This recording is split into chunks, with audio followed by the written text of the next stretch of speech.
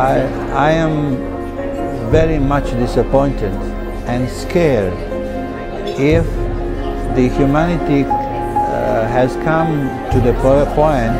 that it doesn't care anymore what is happening in the rest of the world, and that we became immune in a way,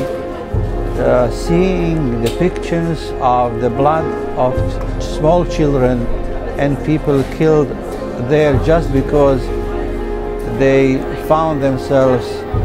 at wrong place at wrong time.